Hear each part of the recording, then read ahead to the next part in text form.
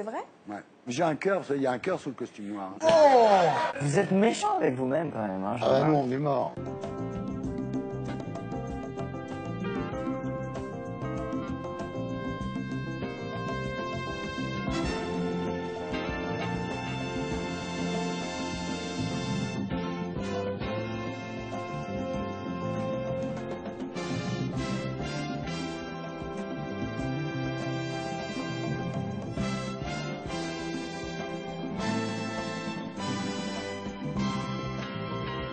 Vous êtes méchant avec vous-même quand même. Hein, ah bah non, on est mort.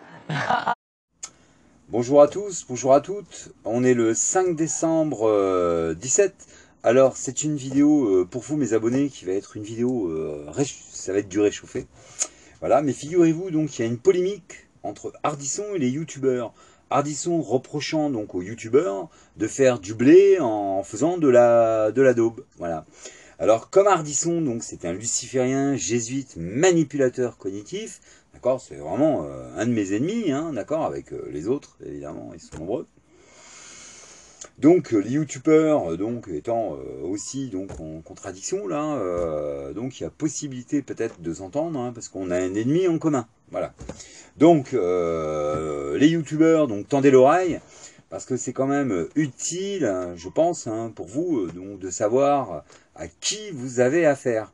Donc, je sais que j'ai le double d'âge que vous, que je fais des vidéos de papa, mais quand même, je vais tenter d'essayer de vous expliquer qui vous avez en face de vous, d'accord? Donc, accrochez-vous, et là, je vous présente donc un petit extrait qui vous présente donc le personnage. Mais j'avoue que pour moi, ça va être un peu difficile, mais pas impossible, de se faire entendre, de s'entendre. A tout de suite. Mardi dernier, sur Canal+, Michel Denisot et Thierry Ardisson évoquaient cette vieille affaire de plagiat. Oh, vous êtes méchant avec vous-même quand même. Hein, ah bah non, on est mort. Le bouquin Pondichéry, vous avez Pondichéry, j'ai copié 6 pages. Ouais. C'est con. Ouais. En plus, tous mes amis écrivains. Ce qui est surtout con, c'est de se faire choper. Oui, mais non, mais c'est pas ça. Mes potes écrivains m'ont dit, mais Thierry, quand on recopie dans un livre, on change un peu, on change. Mais toi, t'as photocopié, t'es idiot. Vous êtes méchant avec vous-même quand même. Hein, ah bah non, on est mort. En fait, je sais pas si ça arrive à 60 pages en tout, mais c'est vrai que j'ai trouvé beaucoup d'extraits du livre de Thierry Ardisson qui ressemblent étrangement à tous les autres livres dénichés par Jean Robin, 6 en tout. Oh, nombreux exemples, c'est dans un livre qui s'appelle De Lanka à Pondichéry, qui a été écrit par Douglas Taylor en 1931. Alors Daniel, je vous laisse lire l'original, moi je lis le livre d'Ardisson. Je commence. Au fond de la salle, debout pour recevoir leurs invités, se tiennent le gouverneur et Madame D. Au fond de la salle, debout pour recevoir leurs invités, attendaient le gouverneur et Madame. Oh, en grande tenue d'uniforme blanc, bicorne à la main. Lui, en grande tenue d'uniforme blanc, bicorne à la main, épée au côté. Elle, en un robe gris perle. Elle, dans une robe de satin perle. Oh, les dames, rien que des robes pailletées, à franges et à volants. Partout, ce n'était que robes pailletées, à volants ou à franges. Dans un mélange bizarre de teintes et d'étoffes, et que l'on dirait fait en hâte à la maison pour quelque carnaval costumé. Mélange étrange d'étoffes et d'époques, que l'on eût dit cousu en hâte à la maison pour quelque carnaval. Pour moi, c'était terrible parce que je place la littérature au-dessus de tout. Vous êtes méchant avec vous-même quand même. Hein, ah bah non, on est mort.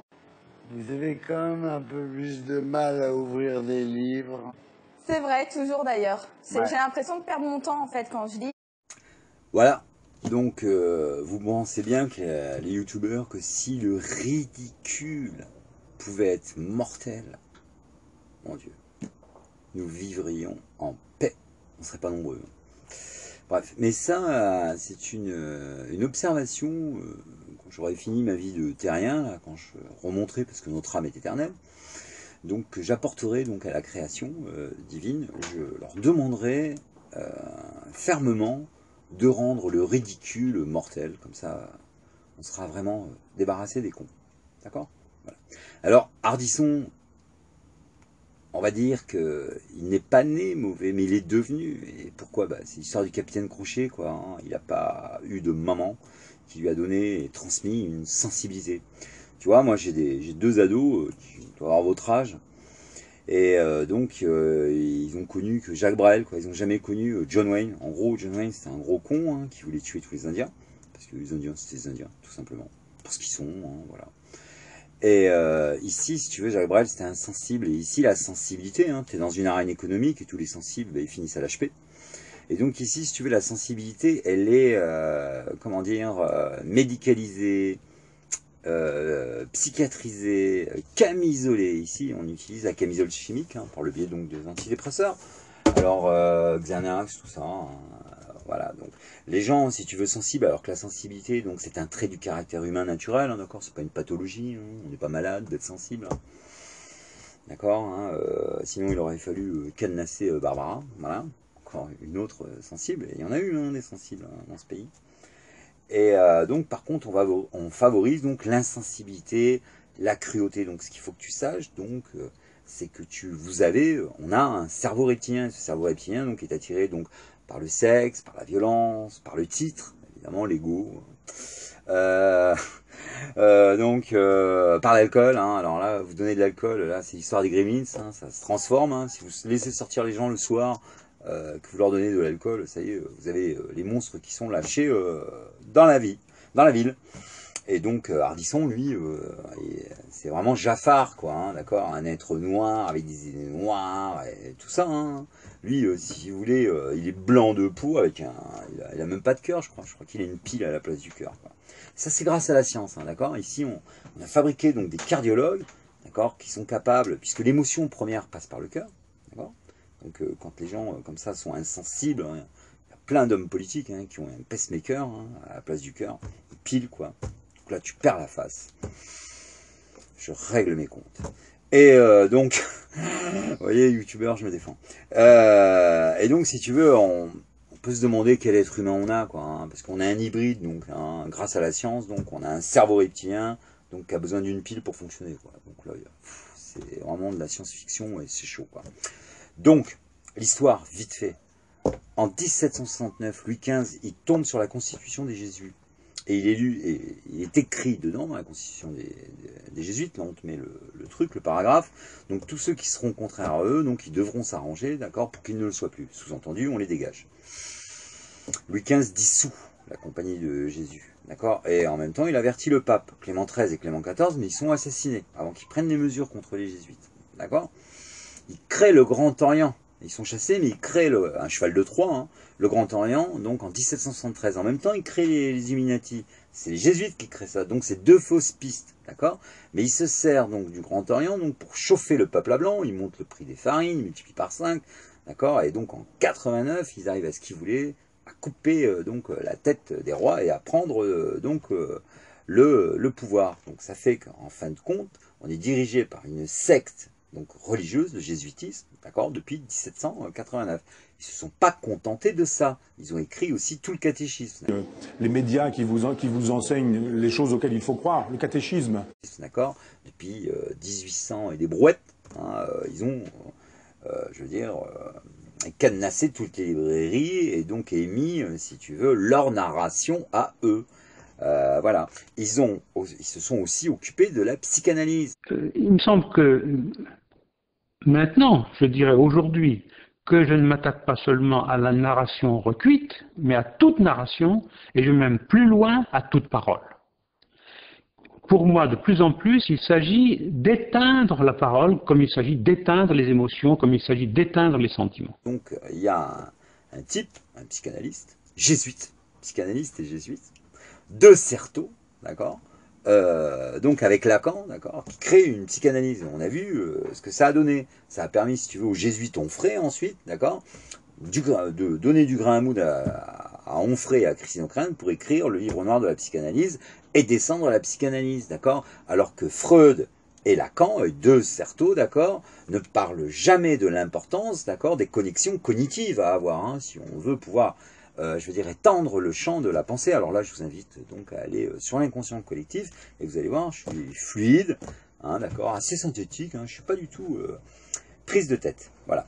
Alors, donc, la psychanalyse, donc aujourd'hui, donc avec la saleté, la Sophie Robert, certainement une jésuitine, hein, d'accord, donc tape à boulet rouge, donc sur la psychanalyse, d'accord, alors que Jung, lui, parlait d'un démon intérieur, d'accord, ce qui rejoint donc la pensée donc du professeur Laborie, hein, qui parle aussi donc de ce cerveau reptilien. Et Jung disait ceci de son cerveau reptilien, d'accord, il l'appelait donc son démon intérieur, d'accord, et il déclarait aussi, d'accord, que c'était absolument nécessaire de connaître la psyché donc de l'individu. We know nothing of man, far too little. His psyche should be studied because we are the origin of all coming evil. Car il est le plus grand danger à venir. Et pour cause, quand on lit donc là la citation de la déclaration d'Hitler, d'accord, qui déclare que Himmler c'est leur Ignace de Loyola, et leur Ignace de Loyola. Et Ignace de Loyola, donc c'est le fondateur du jésuitisme, d'accord. Il a été formé donc par les mérovingiens. Ça va? Ça va vite comme ça. Alors ce qu'il faut aussi que vous sachiez les youtubeurs, c'est que l'histoire de France en vérité c'est 2000 ans d'histoire. C'est l'histoire d'abord au départ de deux femmes, Marie-Madeleine, femme de Jésus, Sarah, leur fille, qui fondent une idéologie, d'accord, et une vérité, le catharisme. Avant d'être exterminés par l'Inquisition, les derniers prêtres cathares parviennent à sauver un trésor. Ce ne sont ni des bijoux, ni de l'or. Il s'agit d'un bien autrement plus précieux. Serait-ce le Saint Graal? En France, la légende du Graal prend une forme inattendue. Le calice utilisé lors de la scène est remplacé par Marie-Madeleine elle-même. Mariée en secret à Jésus, elle porte en elle la plus sacrée des descendances. On dit qu'elle se serait d'abord rendue en Égypte, puis en France, accompagnée de Lazare et ses sœurs Marie de Béthanie et Marthe, de plusieurs autres disciples et d'une servante égyptienne prénommée Sarah. Ils accostent en Camargue, dans le petit village des Saintes-Maries de la Mer.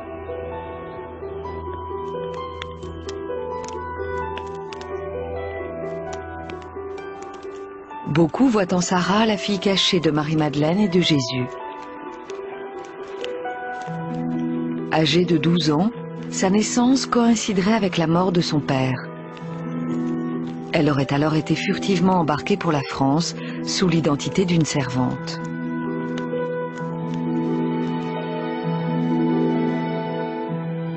Toujours selon ce mythe, Sarah initie la dynastie des Mérovingiens, une lignée dont certains affirment qu'elle se perpétue encore.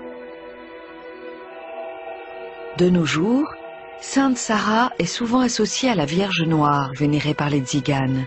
Les Cathares donc étaient végétariens, normal, ils n'allaient pas manger des morceaux de cadavres, parce qu'en vérité, c'est ça, hein, un morceau de viande, c'est faux le nom, un morceau de cadavre, d'accord. Et quand tu donnes, je veux dire, le vrai nom, là tu t'aperçois à ce moment-là que tu es un chat. Je glisse là, j'ose pas le dire. Donc il faut que tu fasses le tour hein, des choses. Voilà. En quoi cet évangile était-il une menace? Regardez autour de vous, mon père, que voyez-vous? Je vois une église. C'est un bâtiment.